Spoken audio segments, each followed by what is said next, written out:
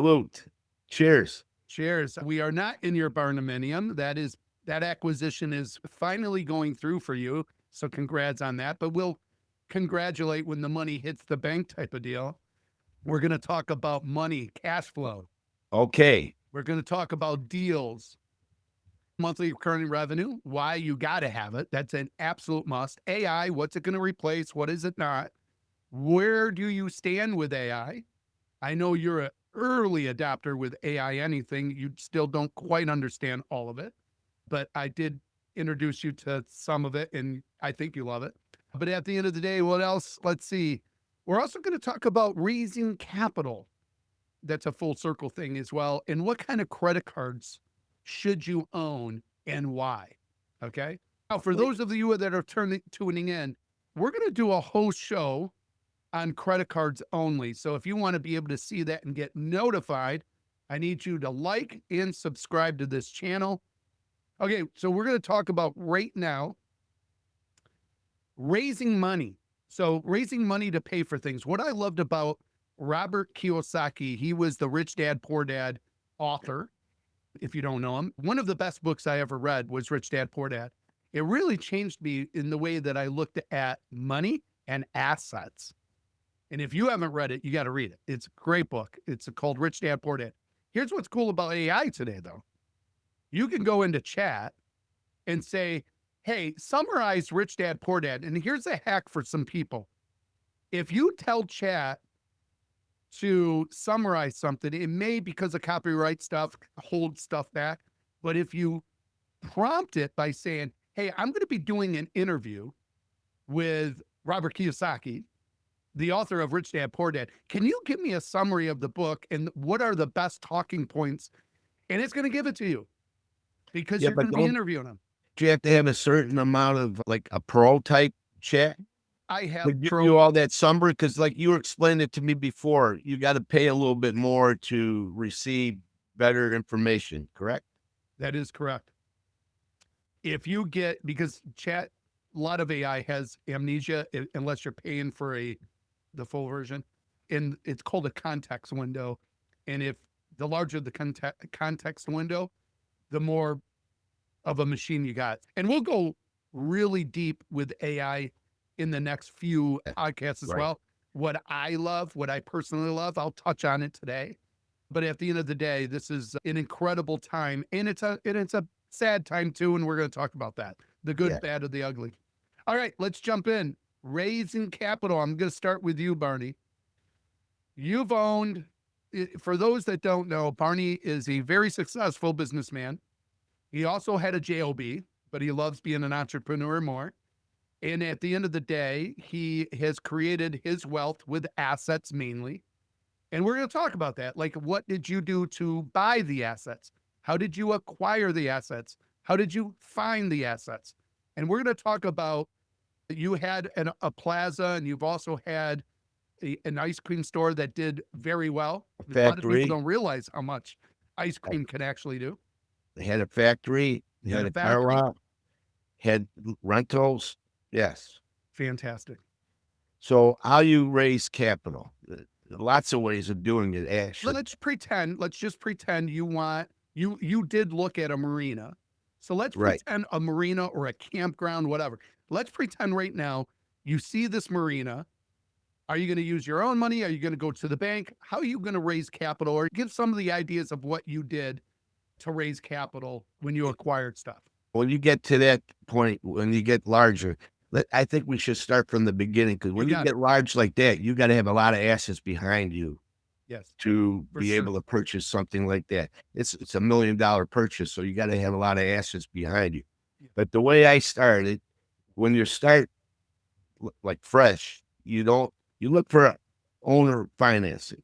Okay, that's the number one thing I think we should do. When I first began, yeah, you had money in the bank, but you always look for owner financing because they usually try to sell a nice 2, 3 family, and you could put $10,000 down, and then maybe they finance it for 10 years, $80,000 2-family house. So that's how you do it, and then you pay it off in 5 years because now you got 2 rents coming in, and it pays out for itself. Then once you get started like that, Then you can also sell it by owner financing and get a percentage of it. Like I used to, at the time when the rates were 15%, I was getting 10%. If it's around 8%, you're going to try to get 8%, 7%, just a little bit lower than someone else so that you can sell it to an owner finance. So you want to make that kind of transaction. Always use everybody else's money if you can. Yeah. Don't try to use your money as you can. The richest men in the world use banks and other people's financial money and never use your own. Try not to. And when you have cash, you can actually buy a place a lot cheaper with cash. If it's a 700,000, 800,000 acquisition, if you have 600 cash, a lot of people will take it and cash will pay for that. But you got to build yourself up to that position. And then at one time, you could have used your credit cards to buy houses at one time. I don't know if you remember that type of situation, but now, yeah. And you could, one credit card will pay that mortgage off, and the other credit card will pay that mortgage off. It was one of them deals that was working a long time ago. But you always try to use everybody else's money. What you do is buy houses and sell them and take that and buy something that's more expensive, more, instead of having a 2 unit, buy a 4 unit. Now you got 3 properties paying, 3 rentals paying for that one, and that one pays the mortgage. So you always try to build yourself with more property, more rentals, and that creates financing. And once you get to that point, that's when you start have acquisitions of bigger apartment complexes, a marina. You're able to have it because now you got backing. Yeah, absolutely. Yeah, that is awesome. Here's some of the things that I did. I knew where I was going to be going when it came to software as a service company. So I purchased Sparterra and I had to raise capital. It was either, now there's a couple ways of doing this. You could go to Kickstarter, you could go to, and I'm going to talk about this. You can look at private funding, and I'm going to speak to private funding here in a moment. But you can go to a private funder, okay? And I'm going to give you examples of where to find them. But if here's a little trick. I had somebody say something about that they were wanting to start this, and they're looking at the money, and it's like the big elephant, right? Like one bite at a time is how you eat an elephant. But at the end of the day, when you see this big thing, it's, oh my gosh, it's overwhelming, right? And I said, let me ask you this. Let's pretend, what's your favorite vehicle? I'm going off of this actual conversation, said a Range Rover. They look great. Yes, they do. Yeah. What's the other one? There's Range Rover, and what's the other one that's a sister of their company? Discovery? One of the two. Oh, But I'm not sure. I'm not sure. anyways, this is what she wanted. I said, and the model that she was speaking of was like in the 90s of $1,000, somewhere there. I said, what if for whatever reason somebody said, listen, I got to get rid of this. I'm willing to take 30,000 by tomorrow. I got to have the money though, or in 2 days, I got to have cash, 30 grand, clear title. Oh God, I would do this. I would do, all of a sudden now her brain's on fire of how she would come up with that money, which is because it's a depreciating asset. So it's too bad. Normally you wouldn't want to do that, but you get the point. You just put whatever you want in there. The vacation of your dream, the building that you always wanted, or the house you always wanted. If it was on a fire sale, how would you come up with that money? Then Well, we'll think of every freaking way of coming up with that money. that's right. Exactly. And that's the thing. You don't want to do what they did. Buy that Range Rover or buy that house you can't afford. That's where the investor like us Yeah. have that opportunity to buy it at a point where it's a fire sale. But excuse me. Yeah. But if you were to talk about, you make it interesting. Like I'm learning from you now. Like you said, you had some kind of a way of getting personal financiers to finance you. Like I know that you're looking at a plaza and you said you have a personal financer.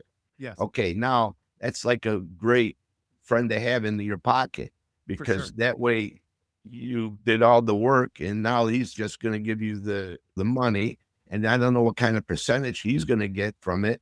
He's going to make money. and it's like a smoking deal for both of you. But maybe you can explain to me how you would do it. Yeah. So I'll do it a few different ways. Number one, I used flipping and I still used other people's money. So here's how I did it.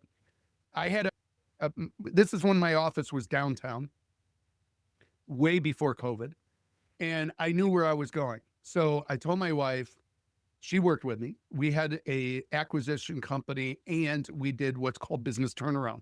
The name of the company was Capital Resolution. And at the end of the day, I'm getting burnout. So I was a negotiator and I loved what I do. And I used to wear a headset. I still have the headset to this day. I even have what I call the $1 million phone. I made a $1 million deal on a flip phone at a Tim Hortons. Let me explain that. And I know this is a little ADD stuff right now, but here's what happened. I needed an investor to pull off this deal, and it was really for a client. So the money that I made was about 45 grand. Okay. So I have $45,000 to be made on this deal.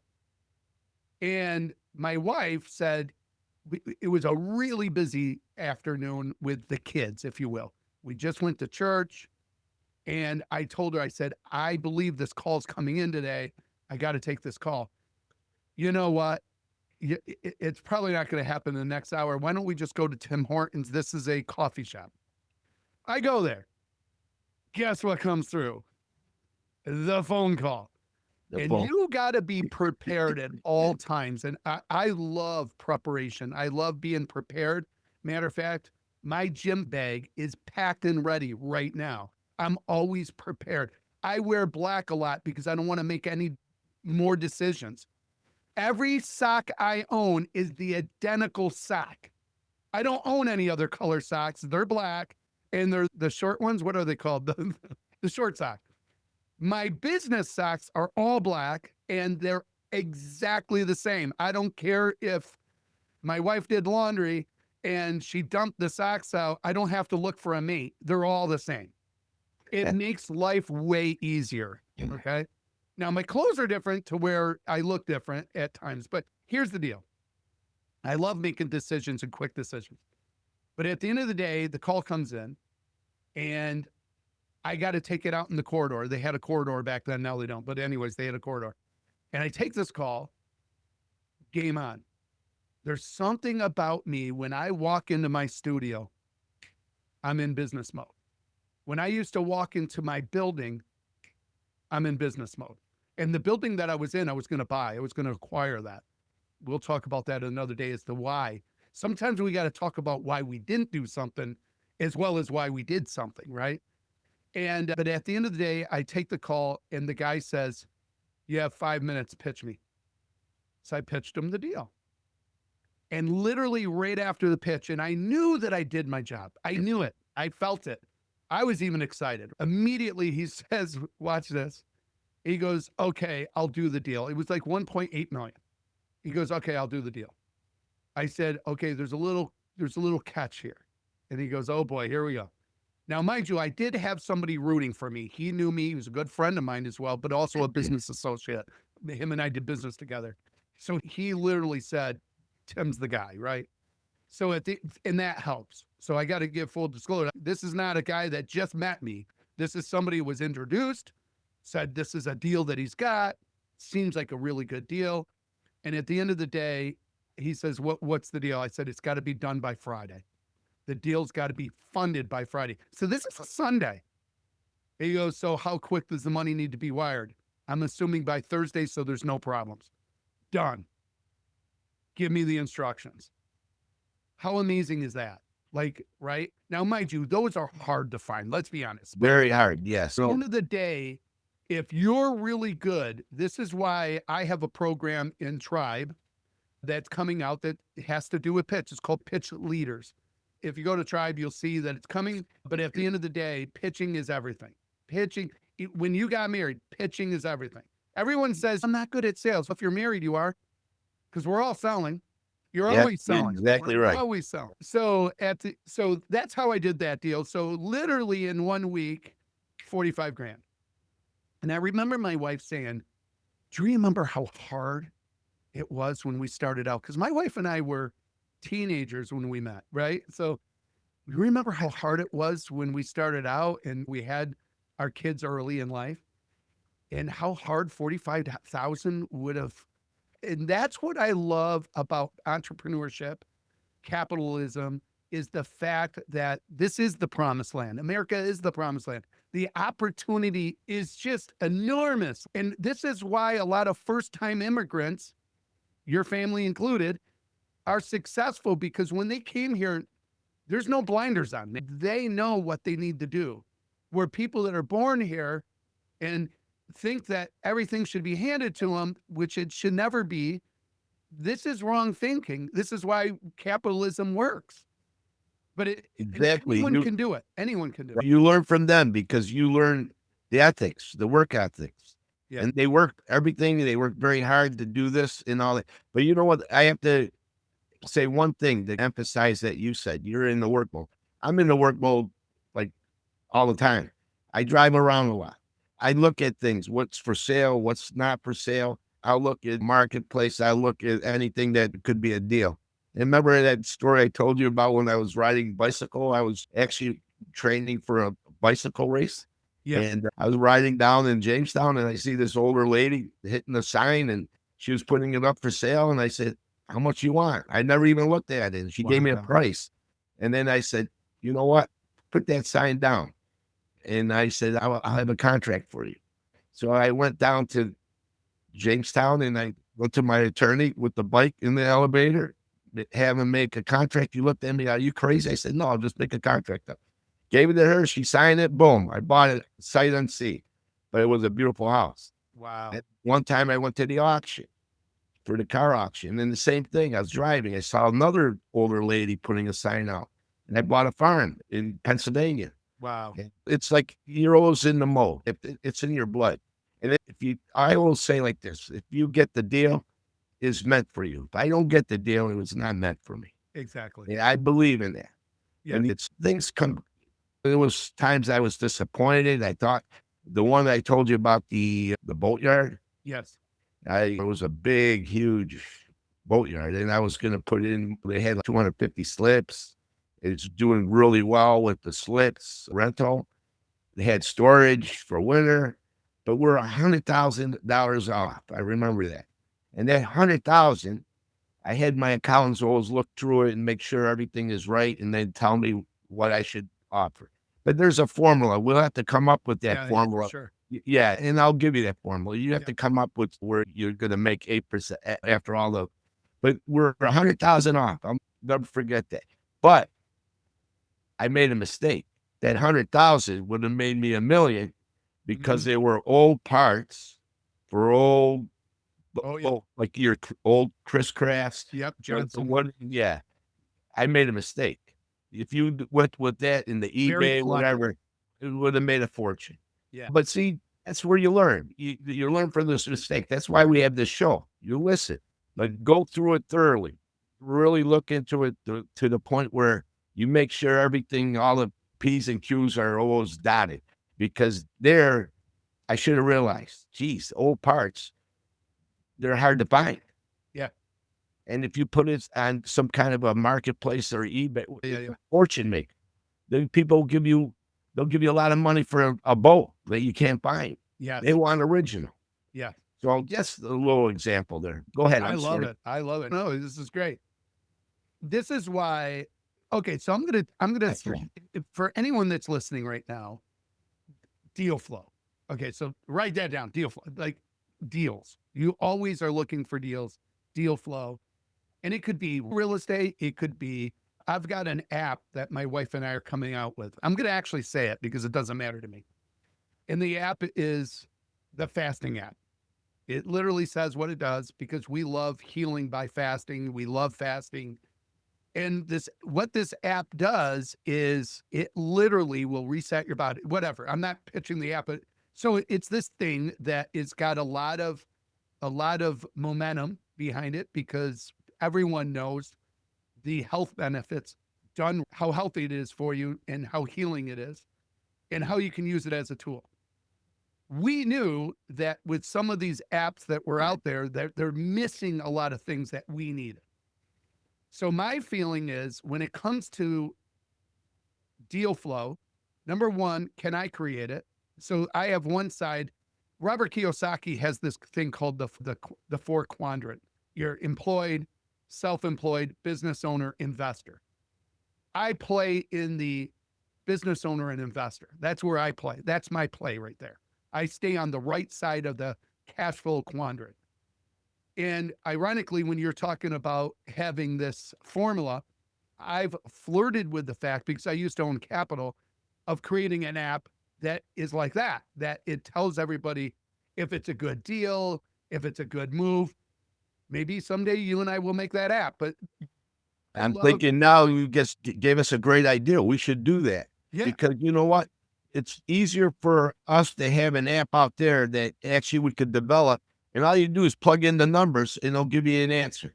It would go great.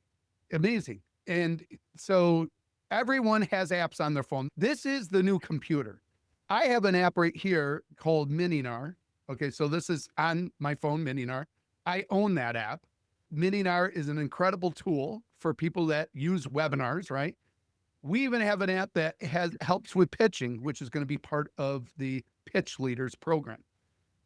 So why do I bring that up?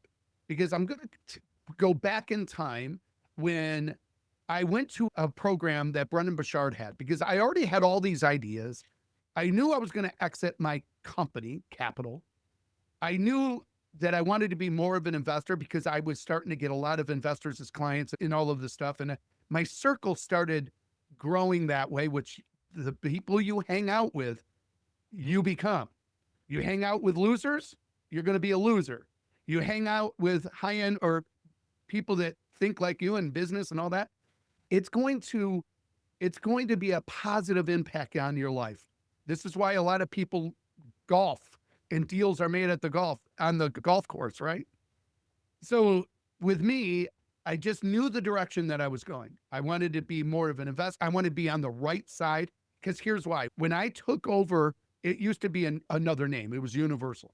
I took over a company. We renamed it to Capital Resolution. We got all the phone numbers. But at the end of the day, what I did is I created a job.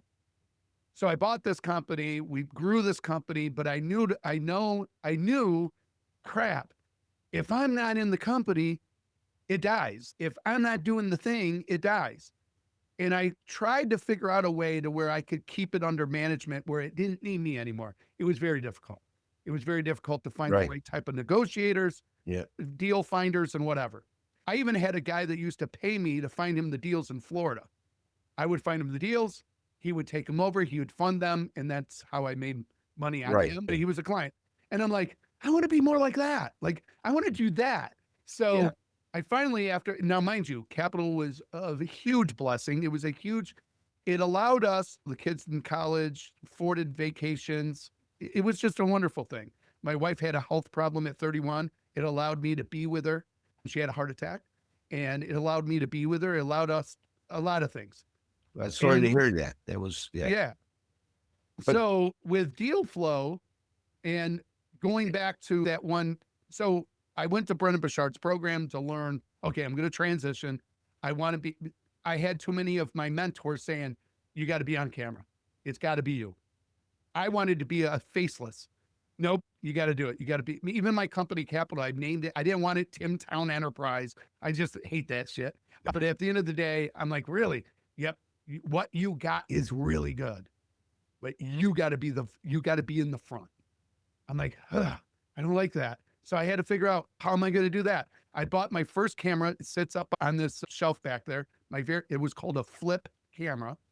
And I started filming how-to stuff. It was selling. I'm like, oh, wow, this is amazing. Then I took the course to learn how to speak and learn how to do this other stuff. And that course cost $2,000. And it's Thanksgiving week. My oldest son was college age. And my other two were a little younger, of course, still in school, high school. And I said, babe, I need this thing. And she goes, just get it. I said, but it's like 2,000. She goes, what is it? I go, it's this course and I want to go to it. And anyways, I buy it. Thanksgiving Day. And everyone that's listening to this, if you don't have something to offer during certain holidays, and we're going to go There's pop-up businesses that we're going to talk about. There's all these things, right? But the Thanksgiving week is the number one sales. And I'm not just talking about Good Friday, and I'm not talking about physical products. It's anything. It's incredible what you can happen. And here's an example.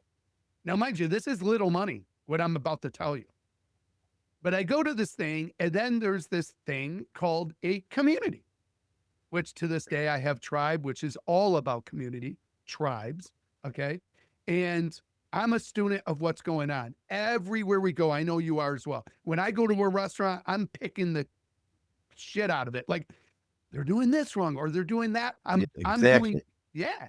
When you own the business, you kind of know that. And I want to elaborate on something else that you said that was interesting. What did we always talk about? And I talk, you probably told your kids that, and my kids, said the same thing. Where do you go and learn everything? Where do you go? I'm going to say it. Yeah. The legions, the moose clubs, the golf club, Yes. all these, you learn from them people there. 100%. You listen to them. Like you said, there's losers and there's winners. Yeah. Okay. But you learn from them because they made it, some of them, and some of them did not make it. So you learn from the good and the bad from that. Yeah. Them people. And to me, you're not a loser if you try. Okay. 100%. Yeah. Yeah. So Because true. you tried and it didn't work out fine, but you tried. You didn't sit on the couch and not try. But usually if you push it and work hard at it, you'll make it. You know what I mean?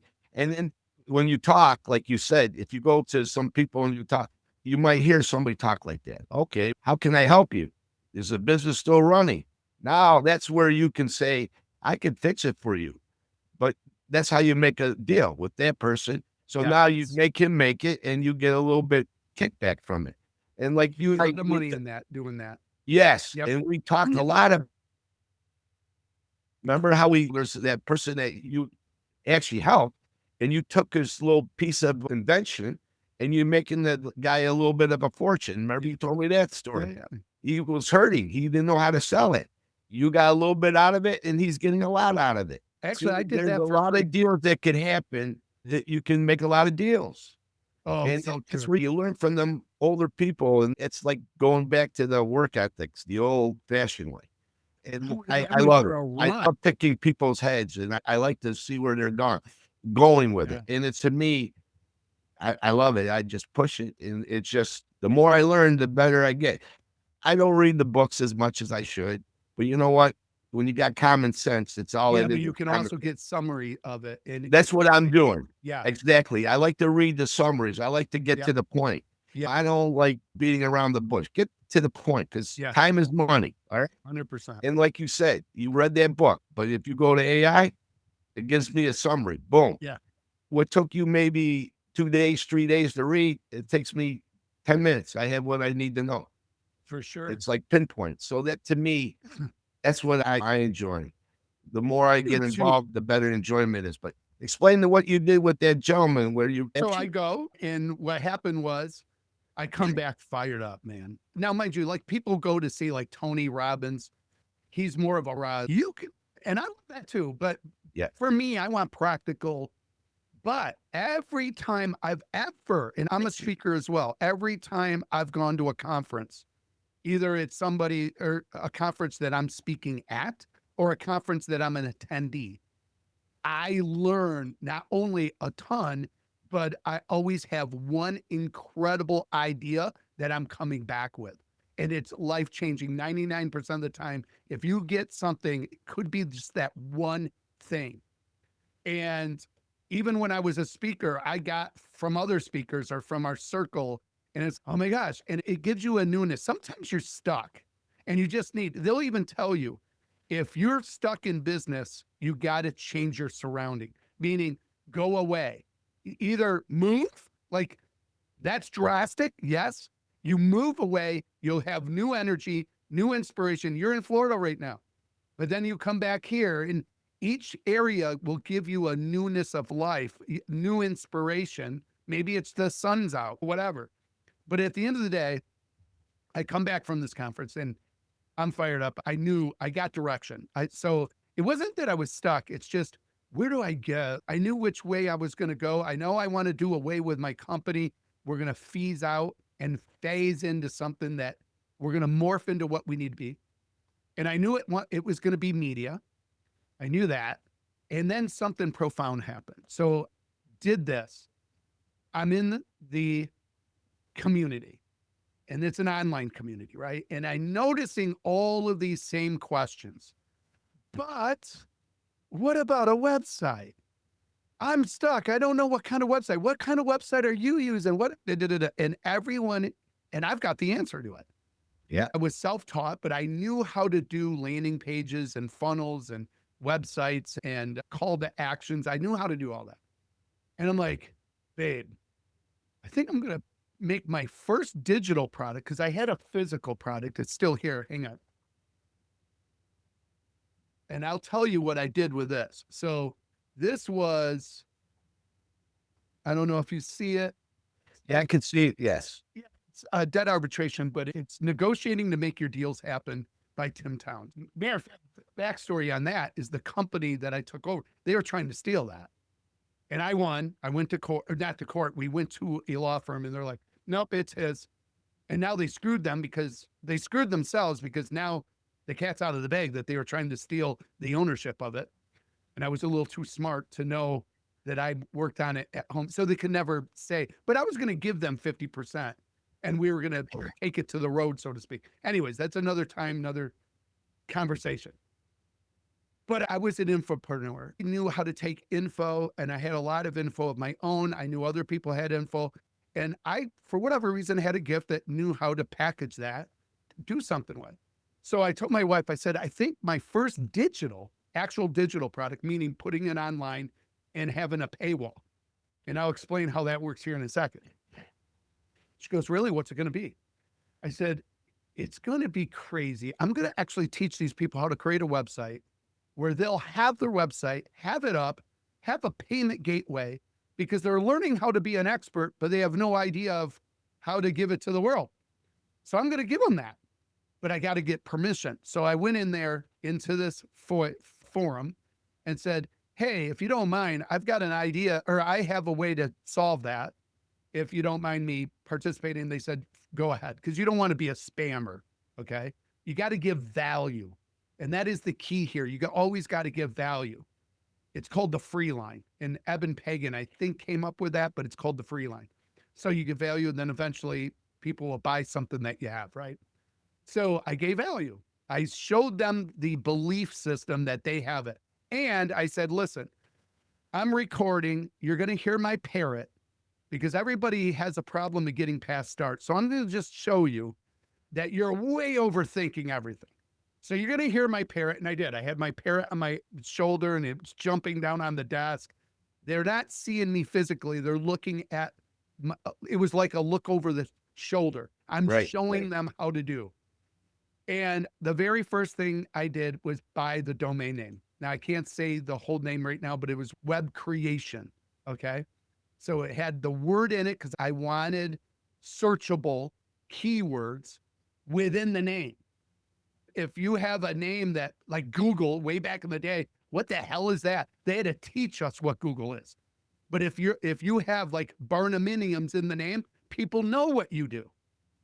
So that's rule number one. If you can get what you do in the name that you're in the URL, meaning the website, is good. So they're seeing me purchasing the domain name that they obviously are on now, watching me do what I'm doing. Do you get what it's because I'm screen recording everything. So I buy the domain name. Now I said, now I'm going to build the program. I'm going to take all of these videos that I'm doing and I'm putting it into the program. And obviously they're watching it. And this is on a Sunday. Actually, I filmed on Saturday, launched it on Sunday, put it in the group, said, hey, I got this thing. This will teach you everything you need to know. And all of a sudden, we started selling. I think I made $2,000 that Sunday. Then on Monday, we made an additional $5,000. By the time Saturday came, I made $35,000 with WebPro. All because I solved the problem everybody I saw was having. and had already an audience. If you can get yourself in front of a, that's why public speaking is so big. If I get invited to somebody's stage that has 3,000 people in the audience, like Grant Cardone, or 2,000, this is why Russell Brunson made $3 million on a stage in one day, because he had an audience watching what he had. It's a perfect audience, too. It's a perfect avatar, if you will. And he made $3 million. He doesn't have the Guinness Book anymore. Somebody else beat him, which is Alex Hormozy, that I think he did 50 million like in a day. Like, I can't remember. If somebody knows, put it in the comment. It was a lot of money, put it that way. But I made $35,000 in a week. And I'm like, my wife is like, is this? So we were all in. So now I'm making info products. WebPro made, I think, right around 300 grand by the time it went through its product life cycle. Okay. And then you take that money, you put it into other things, you get the point. Then I started flipping properties. My wife has a heart attack, and this is where the epiphany hit. My wife has a heart attack. We went to the Y on Saturday. We're celebrating my daughter's birthday on a Sunday. And by the way, if you look this up, the number one days of having a heart attack is Sunday or Monday. The reason is people are stressed the F out and hate what they do. That it's stress. My wife's was not. It's a condition called SCAD. Her artery just opens up. We didn't know that until way later. They just thought it was a blood clot. They didn't know what caused the blood clot. It was not a blood clot. The artery opened up and then caused a blood clot. If it didn't, she would have died. And she almost died. But at the end of the day, I thanked Oprah Winfrey, because my wife and I, instead of going to work, I said, you know what? We've been working so hard. Why don't we just take a day off? Because I was thinking her pain was stress related. I tried to get her to go to the hospital. She wouldn't go. She goes, no, I think I pulled the muscle at the gym. So the next morning, she's still having a problem. I'm like, oh, this is not good. What the hell? And if she would have told me this one key thing, I would have known it was different. Because I used to work in a financial institute where I also wrote insurance. So I knew symptoms of stuff. But at the end of the day, we watch Oprah Winfrey. We had a TV room and we watch Oprah, or a media room.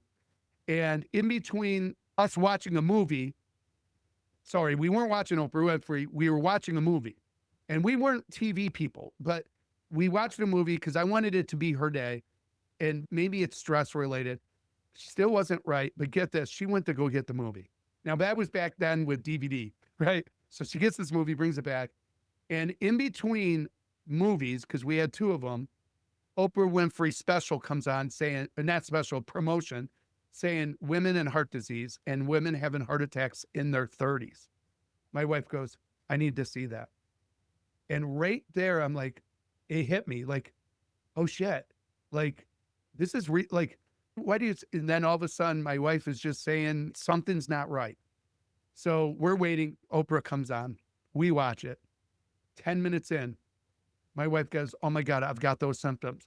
If my wife would have told me it felt like somebody was squeezing her jaw, I would have known, because I know that's a symptom of a heart attack. Pain in the back and squeezing of the jaw. I said, baby, we got to get you I down. didn't know that part. It was the squeezing of the jaw. Oh yeah, where you like back here. Oh. It feels like somebody's got you by the jaw. We take her, the hospital's, nah, she's looks too healthy. Like, she's 31 and gorgeous. Nah, we hate people. We hate those shows because it causes hysteria, whatever it was. I said, ma'am, we don't even watch. They said that you would say that. And they consider themselves a heart hospital, and they wanted to send my wife home. Anyways, this is not about a health, but needless to say, they realize she's having a heart attack. They send her away. I send a letter to Oprah Winfrey thanking her for her show. You just saved my wife's life. Guess what? Producer calls me 2 days later, says, hey, how's your wife doing? First of all, I said, she's great. She's in St. Vincent. They did a story on her out there. A newscast came out there, did a story on her. Then Oprah Winfrey invited us to the show. So we had to fly to the show. And anyways, long story short, I'm in the green room. Oprah comes in. I've got the picture right there. That's Oprah Winfrey. Wait, I'm going the wrong way. Wait, isn't that something? Right there. That's Oprah. And that's my wife. Oprah's in the center. I'm on the right. Wow. You never told me about that. Are you serious? Hey, hang on. Yeah. Why don't you like elaborate on the story? Oh, yes. I couldn't believe it. Yeah. Wow. Elaborate on that story. Remember about like you followed the ambulance? Yeah. So It's a funny story, but it's at that time it wasn't funny. folks, listen, this is why I love Barney and I's talks. And this is why we decided to do a pod together, because it's about conversation, right? And I believe information, that's another reason. I believe information saves lives. I believe information saves time. If you get the right information, it's key for everything, right? And to Correct. give you an example, I was pretty stern back then. And I think I freaked out the nurse staff a little bit because I was pissed. And I even told the doctor, because now that they had a doctor on the phone, because my wife was stabilized, and I said, listen, I need her out of here. Okay. You guys didn't even know she was having a heart attack. Like, you were going to send her home. They do a test, and there's this thing in your blood. It's eluding me now. If you put it in the comment, oh crap. Anyways, my wife's was high. That means heart attack. So I said, if it was the president right now, would you keep her? And he says, no. I said, all right, we need to get her. So he goes, we'll get a helicopter. I said, my wife is afraid of flying. So he says, I said, is she stable enough to go via ambulance? He says, yes. Now, mind you, I didn't know it was snowing like a banshee out, but it's snowing now.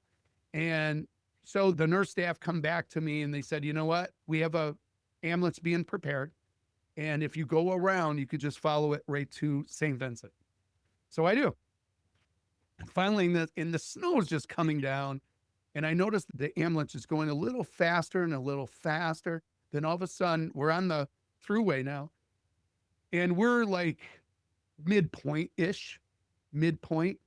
It's an hour drive, right? So we're midpoint. And I noticed that they're going really fast now. And this is a van. How good can it really have traction? And because this snow is really coming down. And what happened was all of a sudden the inside lights pop on. I'm like, oh crap, what's going on? Now the lights up top go on. And now the sirens are on, right? And I'm like, so now I speed up to get up to see what's going on. And I see this person jump what looks to be like they got on top, but I think they're leaning over and they're doing chest compressions. And I'm like, oh my God, I'm witnessing my wife's life just vanish in front of me. Like, I'm like freaking out. And they go to the wrong hospital. Now they're going to Hammett. I just buried my dad about a week before this. So I have nothing against Hammett, but he died there. So she's going there. It's bad. They're not even taking the same thing. So they're going to the nearest. And Hammett is also a heart hospital. So great place. But anyways, they go there. I didn't even have my vehicle in park. I jump out of that van and it's slowly going into a bush. I run up to the ambulance and I see this. The only way I can call it is blue-haired old lady. You know how they tint their hair or something? That's what I saw, like this tinted blue hair of an old lady. I have the wrong freaking ambulance. Misinformation. Like, they should have told me, hey, there's two ambulances. Don't follow the first one, follow the second one. By the time I get to St. Vincent, now it's about 20 minutes longer than my wife thought I would be there. I'm sweaty. I look like a mess. Like I'm shot because I really thought she was dying. And they got my wife stabilized and I tell her I followed the wrong ambulance. Oh my gosh, the nurse staff was laughing. And then the next day there was a very deadly accident in Erie from that ice or from that snowstorm. They had a pile up. Anyways, so yeah. So then now fast forward, we get to the Oprah show. I'm in the green room. The show's over, but she comes in thanking everybody, being a guest and all that good stuff. You can still find this on YouTube somewhere at that show about women and heart disease follow-up. My wife was on it with me. And my wife has been on Oprah twice. But anyways, in the green room, I said, how did you see this? Like, I'm seeing people over there doing makeup, people doing hair and makeup. I see this person with a clipboard telling, okay, you're going to be here giving all this direction. My wife and I get to Chicago and there's a limo that came right up and it says town. And we knew that's for us. And the limo takes us to the Omni Hotel, which Oprah rents out a whole section of it. And back then, I don't think her show's there anymore. But at the end of the day, I'm in this hot tub and they're like, yeah, Tom Cruise was there last week. You're like, it was cool. Like it's this whole ecosystem that she had going on. But I asked her, I said, how did you see this? And she's holding these fries because they were healthy version of a fry. So part of the show, see, this show was about healthy eating because they felt that's what causes heart disease. What they don't know years later is that condition has nothing to do with food at all. It's a condition that, anyways, that's for another time. But I'm like, how did you see this? She goes, I didn't. She goes, it turned into this. And there was nothing more profound that hit me. This is why I tell you, when you go to seminars or whatever, it could be that one thing it hit. Somehow it hit. It's like her show is so, it saves lives. If you love her or hate her, information moves mountains. And it was just great. So that's a long way of getting to the point of, it was that moment, besides my wife's health and all that, it was that moment. Number one, I said, baby, this is on the flight back. We're going to change our business to where it's never stressful. You're always going to have some stress, but it's not going to be stressful because at this point, we don't know what caused her heart attack. We only learned this later because she had a second one at 50. So I said, you know what we're going to do? We're going to create this company. We're going to have an info company. And that's how it started. And then, of course, Website Creation Pro did its thing. And then I redusted this off. That did very well, that negotiating to make your deals happen. I actually was a trainer in front of 2,000 people. I got in front of this guy. He says, what's your price? I want you to train my people. It was 2,000 people that he had. I wish I knew about email back then, because if I would have captured all their emails, that is money today. You got to capture email. But at the end of the day, that program did extremely well, and I still own the rights to it. And now we're going to change it one more time, make it more modern, and it's going to be Pitch Leaders. But at the end of the day, programs are everything. So think of programs like real estate. So you and I both love real estate. We love that whole barnuminium effect that's happening right now. I want both, and I'll tell you why I want both. And I want you to speak on something that we're going to do next. And that is, for me, being a digital creator, I'm in between four walls for a lot. Okay. You don't have to be. You could be somebody teaching gardening. That's even better yet. But at the end of the day, that's what I do. I teach certain things, but I need to be out. I need the sun. I want to do deals. I love that too. So I'm right now living in the best of both worlds. I have an acquisition going through similar to what you're going through. Actually, I've got two. And when they do, a lot of things are going to change. The way the show does, everything's going to change in a positive way. And this is why this show is good, because you're the more modern way of doing things, and I'm the old fashioned way of doing things. And then when you put them together, you got to learn both sides of it now. And that's where it makes it work, and it will work.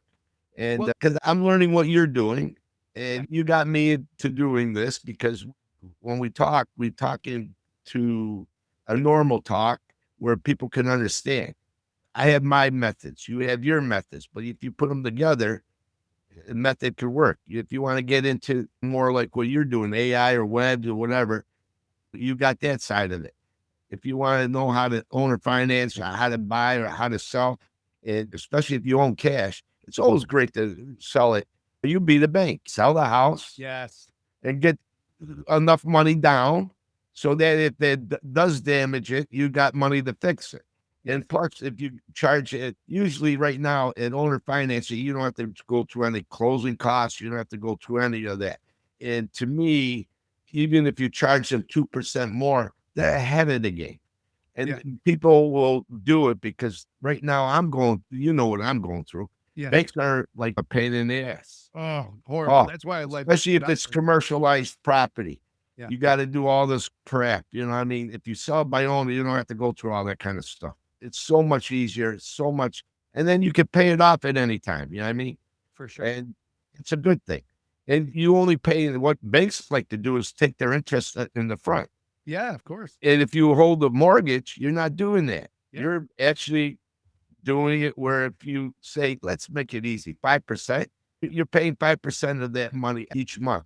You don't pay like the banks do. They try to get 15% ahead. So when you get to the end, they want you to pay it off because they already collected the percentage. You So get what I'm saying? yeah, And that's where they make their money. It's a game with them.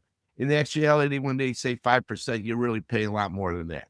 A lot yeah. more. Oh my goodness, yes. Yeah. With all the fees and all that. Yeah, Yeah. absolutely.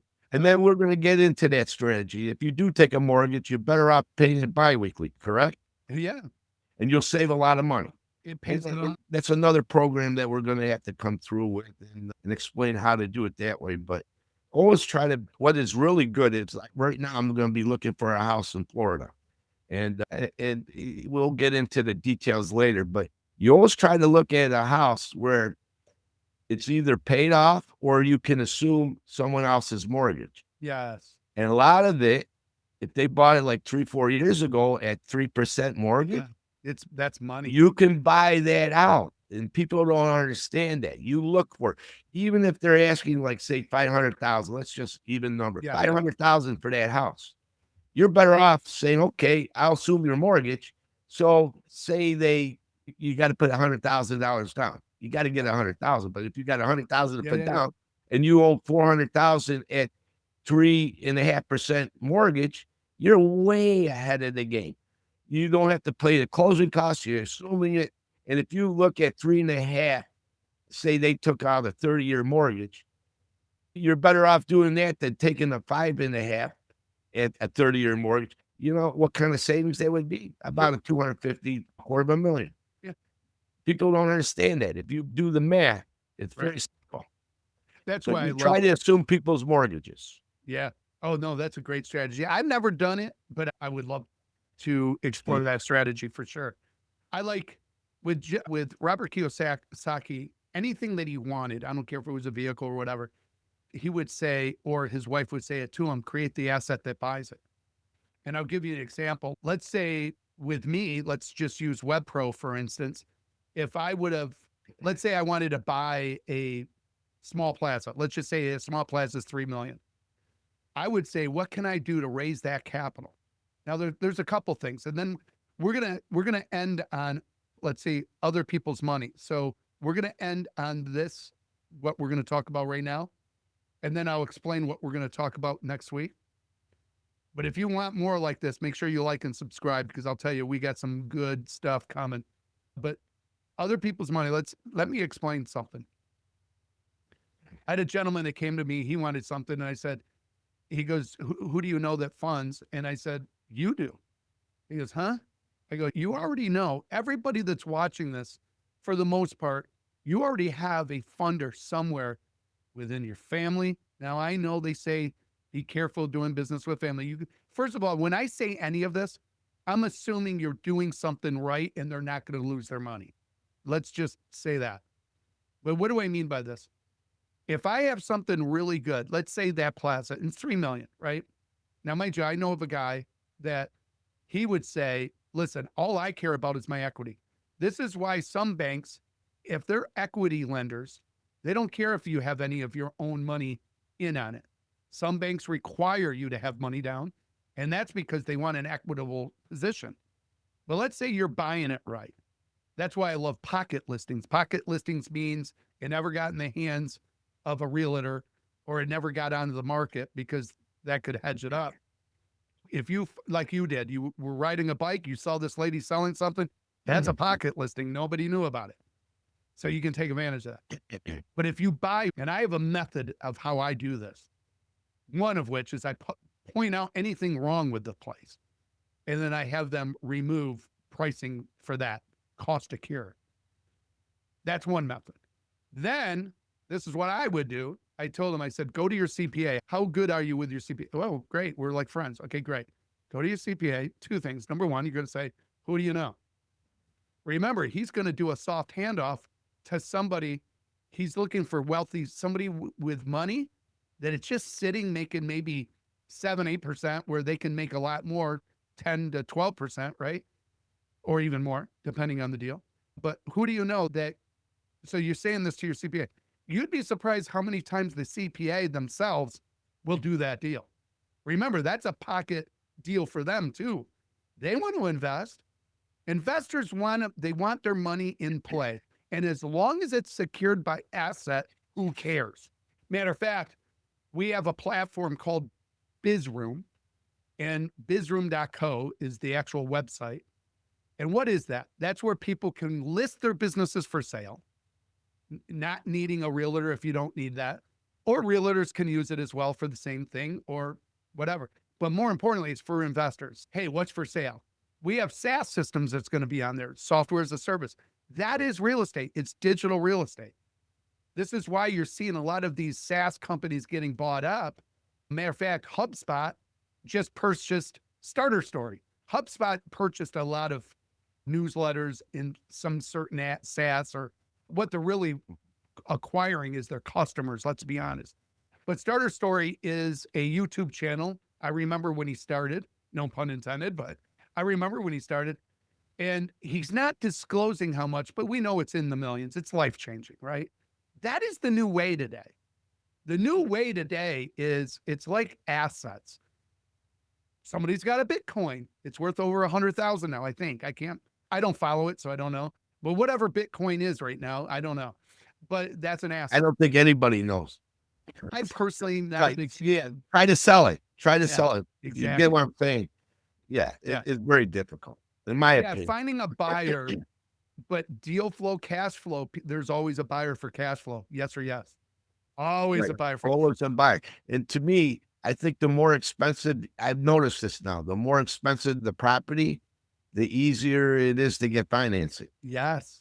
I Yeah, don't, sure. I can't understand why, but it's the truth. It Because is. now you got more rentals that will help you pay that mortgage. If it's a plaza, you got spaces. If Yeah. it's a 24 unit complex, you got 24 units to help you pay for it. For sure. And right now, it seems them are the ones that are selling because to me, I think the market is saturated with single family homes and people are trying to sell them because they can't really afford it, the taxes, whatever. Things are not as good as it used to be. And it's going to get a lot better, of course.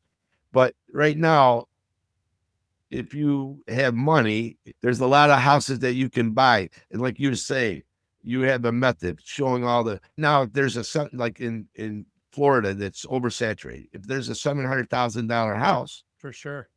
to me, I think you can say, okay, I'll give you 550 cash.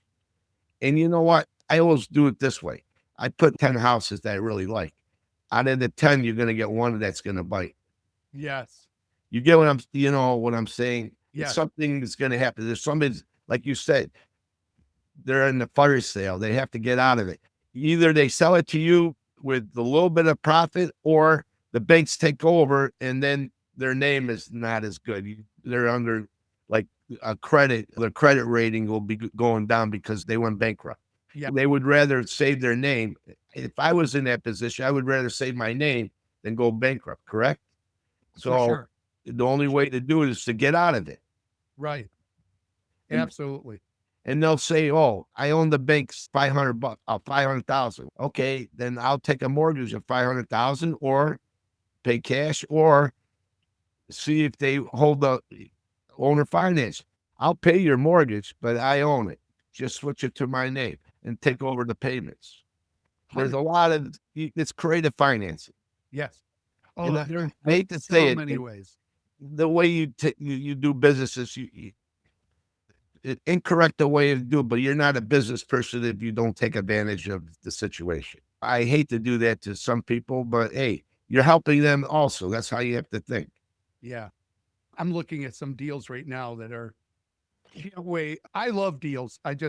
That's why you and I always talk about never retire, because if you do what you love, real quick, let's finish that though. But if you do Yeah. what you love, you never work really a day in your life. You're excited today. I was Right. excited to get up for 1 hour pod, and I got some other deals going on today that it's incredible. We got a launch that just happened, which is Voicemeo, but now we finally can say, even though the website's not even there yet, folks, this is what creation. I've seen podcasts where people talk about things they don't even do. Now, mind you, if they're doing it in a way where they're giving their opinions on stuff, that's what all news does. But at the end of the day, I like learning from people that are actually doing it. Right now, we have a program coming out that is all AI based, right? So it replaces any receptionist, it replaces anybody that books calls. You can only imagine what this is going to do. Now, for those, I got a little bit of hate the other day when we were announcing something that we were doing. And it's no, this is happening no matter what. Either you become part of it or you're a victim of it. So if I was somebody that AI is replacing my job, I would try to lean in on the AI side and say, okay, how can I make AI make me money? That's what I would be doing, which we're going to teach people how to do stuff like that as well. But we have voicemail, text mail, and now we have assist mail, which is it's everything. And I had to acquire that name because somebody else owned it, but we got it and I was excited about it. I get really excited about stuff like that. I look at domain names as being like real estate for sure, especially if you're going to build something on it. Explain to us about our Barnuminian type program that Yeah, we're the going to. Barnuminium. So we have a program coming up to where number one, if you wanted a Barnuminium, we have the plans for Barnuminiums two ways. So we have Barnuminiums to make money on, and we have Barnuminiums to live in. So you could do whatever. I know that I was speaking to somebody on Tuesday that says, I have this amount of land. What if I made these Barnuminiums and put 5 of them? I said, you got to go to your zoning and make sure, tell them what you want to do, and then come back to me because he wants to come to us to supply those Barnuminiums. Okay. And we're going to have a construction company that Yeah. actually can build it for you. Yeah. We can go sell you the plans. We can do whatever you want us to do. I have a crew right now that is willing. So if somebody's in Nashville, we'll build the Barnuminium there. Now there's some red tape stuff that you got to go through, obviously, but do all of that. As the general contractor, we do all of that. But at the end of the day, pretty much anywhere. It just depends on. Now, keep in mind, the further you're away, it does put a little cost onto that. But at the end of the day, otherwise you can buy the plans and then find your builder. We'll help you with that as well. We will provide you a builder if we're not in your area. That's what's coming. So stay tuned, subscribe, and we will give you that information.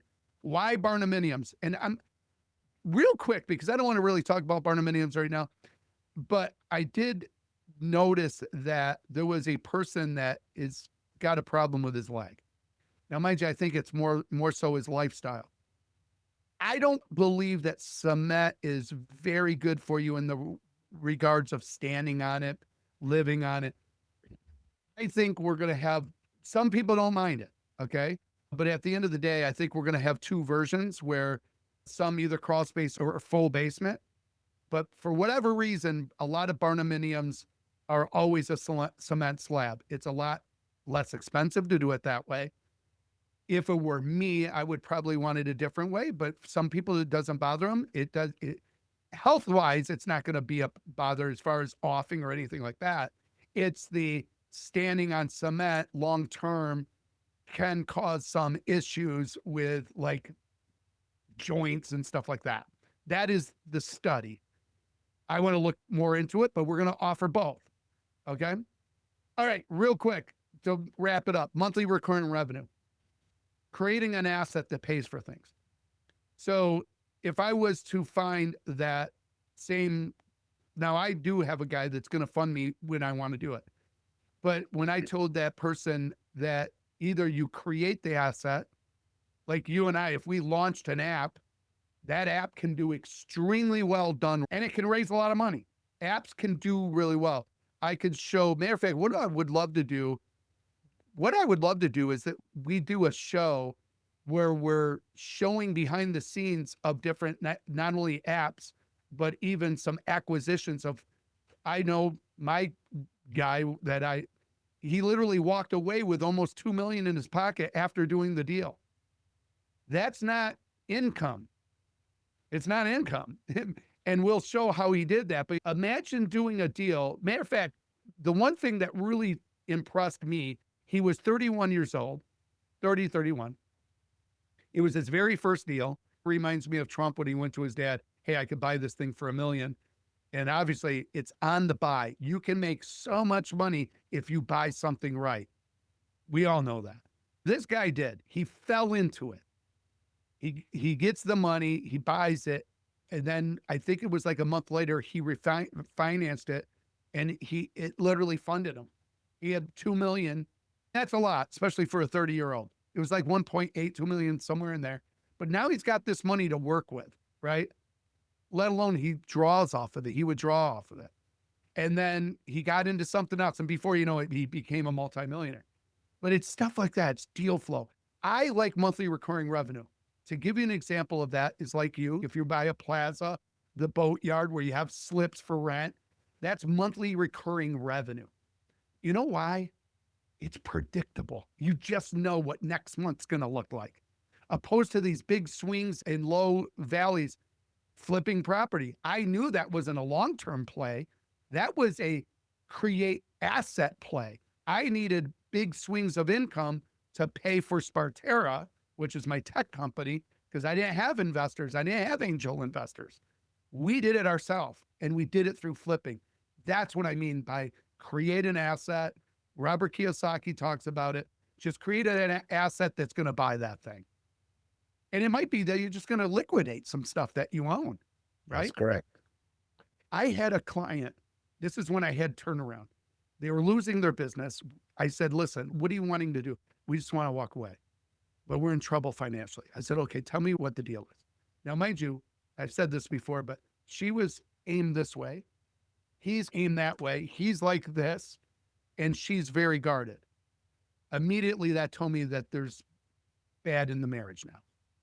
The very first thing I have to do is fix that. I'm not a marriage counselor, but I'm like, hey, are you getting collection calls? Yes, I am. She said it. And I said, now, mind you, everybody that's listening to this, Tim, what does this have to do with the business? It has everything to do. It's how you manage things. It's how you manage your debt. It's how you manage. I've gone to the financial cliff's edge. I could tell you what not to do, but I have so much faith in me, sometimes at a peril. It's sometimes that's not always good. But now I have a new play because I learned from it. But here's the deal. I said, listen, when you got married, you can't do the blame game. That's going to destroy any marriage. Here's what you got to do. You date your wife. He says, she said it. We haven't gone on a date forever. I said, okay, you're going to date her this week. Okay. And you're not going to talk about that. You're going to take your problem. Now watch me now. And you're going to put it on my shoulders. Immediately, you just saw something lift out of her. Immediately, I saw him like breathe. Oh, because I was asked a long time ago, Tim, when you have clients that come to you, how many actually go to you, like prospect? I said, let me reclassify that. Like, you mean people that I can help, that I can personally help? Yeah, all of them. And they're like, no fucking way. So I said, honey, so I asked my wife, I said, for those that needed our help, that we knew we could help, how many of them actually went with us? She goes, I don't know. I'm probably all of them, right? And he just, how? I said, because it came down to this. Folks, when you're solving a problem, kind of like the barnuminium, so when somebody wants that and they see it, they got to see it. It's women, you never show a house that's still being repaired. You got to show the final product, because women, and nothing against women, but a lot of them, they don't see it. They can't see past the mess. No. They can't see past the shit. They can't put lipstick on it. No, you got to wow them. Okay. And same with men, show them the man cave. But at the end of the day, always, if you're going to flip a home, or you're going to buy and sell a home, or you're going to develop a home, always build it, refinish it for the wife. Or to the trend. That's how I go back. The trend, yeah. Like I got a quick story. That farmhouse that I bought, right? Yes. I bought it, and when my father was still alive, he came and looked at it. He goes, they call me Ricky back at home. I had so many nicknames. Ricky, he goes, why you buy this? It's a piece of shit. And I said, you watch what I can do with it. Yeah, I loved it. Oh, he always gave me the challenge. Always challenged me. I said in Polish, we call him Tata. Tata means father in Polish. I said, Tata, you watch what I'm going to do with this place. You watch. Yeah. He came back about maybe 7-8 months later, and he came to the back. I said, come on, I got to show you something. I got to show you the piece of shit. he goes over there to take a look at it. And he goes, son of a bitch, Ricky, what you do to this? Beautiful. He said, beautiful. I said, see, never look at something like you and I had that knack, I think. Yes. We look at something. I look at the bones of it, the structure. And I in my head, I already know what I want to do. Yes. And then I question it to other people. What do you think this? What do you think? And then I have friends that say, why are you asking all these damn questions? You know what?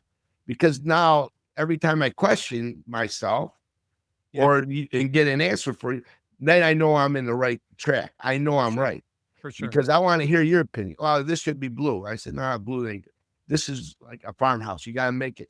I'm into more, how would you say, modern to Shabby chic. industrial. Yeah, industrial is what. Modern and industrial. That's the Love it. trend now. Yes. And you saw the Barnuminian, what I did to it. They're black. 100%. The beautiful woodwork. It just pops. I It's love it. industrial, modern, Yep. and farmish. You know what I mean? Yes. You got to put all these trends together, and I try to put it all together. To me, you're right. It's like you and I see it, but other people don't see it. Yep. And the thing is, sometimes I go, And oh, that's boy, I money. got into a little bit more than I wanted to get into. Yeah, But But we learn from those. And we we'll learn talk from about it, that but- on another pod. Oh, dude. Like right now, I say this all the time, folks. I say this all the time. I'm changing things now. Okay. I want liquidity because I want to buy assets, right? I want liquidity. I even want to buy silver and gold, not gold, but silver. But I want to buy assets. But here's the deal. My valuation right now is right around 60 million. That's valuation of my my SaaS company and the SaaS products we own. As we bring the clients in, obviously that goes up. You got Alex Hormozi. He sold Alan, which I don't believe they actually owned the code. I think they were buying into a platform, but they owned the clients. Regardless, it was worth money. I want to say he sold that for 10 million, right around. He ended up making 100 million. Now he has acquisition.com. He helps other companies. He invests, he buys. That's Alex Hormozi. And he dressed in a tank top. Okay. Anyways, long story short, I always said, you know what, though? You can't buy a burger with evaluation. Evaluation is great, but liquidity is even better, in my opinion. So that being said, there was a point that I was going to come back to, though, on what you were speaking of. Oh, there was a house. We were driving through this neighborhood, and my wife literally pointed out, oh, geez, how sad. Look at that home. Isn't it horrible in this neighborhood? That home looks like that. And I'm like, that's opportunity. If I was somebody that, if you want to find opportunity, drive neighborhoods. And if you see a house that's in deplorable conditions or whatever, first of all, that's the house to buy. But I did the due diligence on this neighborhood, and I have about 100,000 to be made.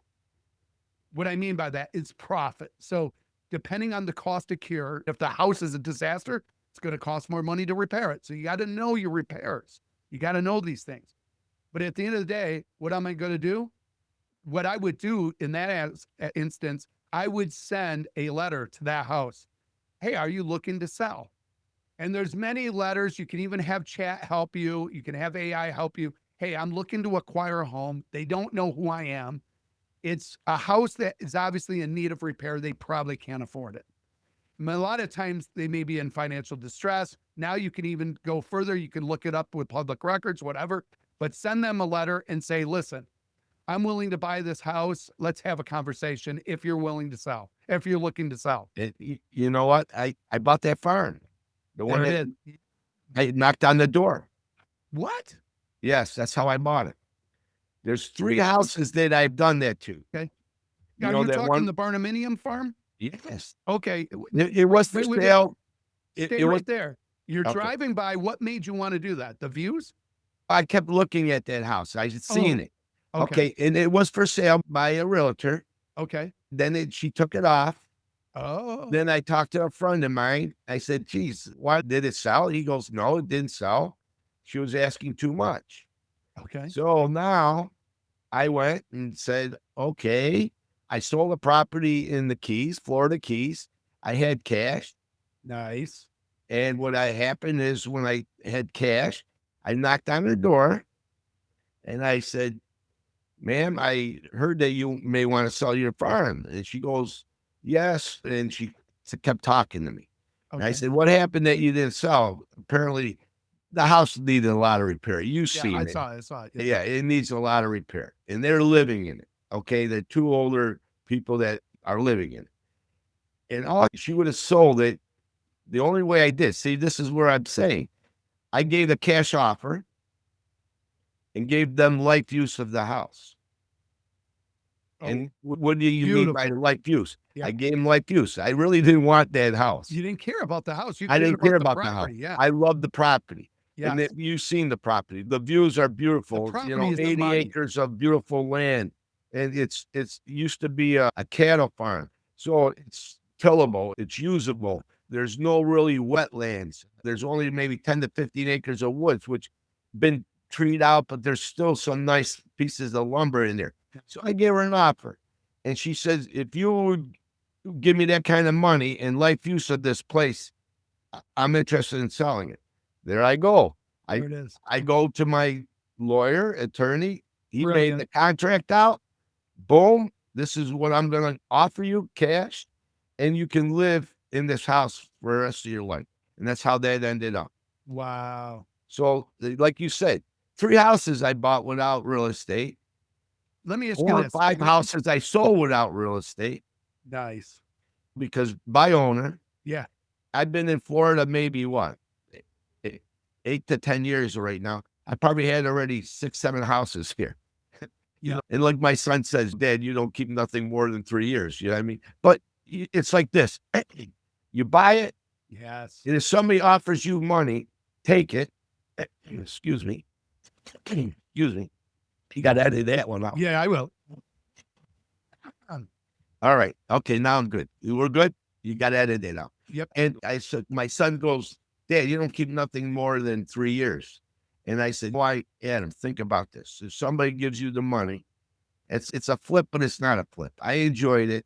You get your money and always buy something better, right? You always go better. And I said, always do that. You know what I mean? Because you can maybe get that offer and it's a one-time deal. Yes. Sometimes you're going to sit there for years and not get that offer. So do it that way. So that's exactly how it happens. And like you said, it's business. So both these people enjoyed that living there. They lived there 3 years and they both went to the nursing home after a while. And that's when I decided to sell it. And then, yeah. So the house needs work. And then I said to myself, it's a good time to sell and Yeah. maybe get into something different back in where I live here in Florida. You're looking in North Carolina, South Carolina, I'm not sure, but you're looking also Yep. for investment properties. But, And in Florida. and in Just Florida, maybe I conversation with can my get wife. you to come down to Florida. There's some Yep. nice pieces of property here for sale. Yeah. And with no property tax maybe going to happen with DeSantis, it's going to make it more appealing for people. Yep. So I think it's going to work out. But yeah, I think we've done a long segment here, and we may have to probably cut to the end unless you have something else to say. And No, we're good. I always end this with yesterday's history, and tomorrow is a mystery, and today would be a gift. Yes. Always a gift. Love it. All right. brother. If you haven't done so, subscribe. We got some incredible stuff coming up, how-to stuff as well. Peace. Yeah. Peace.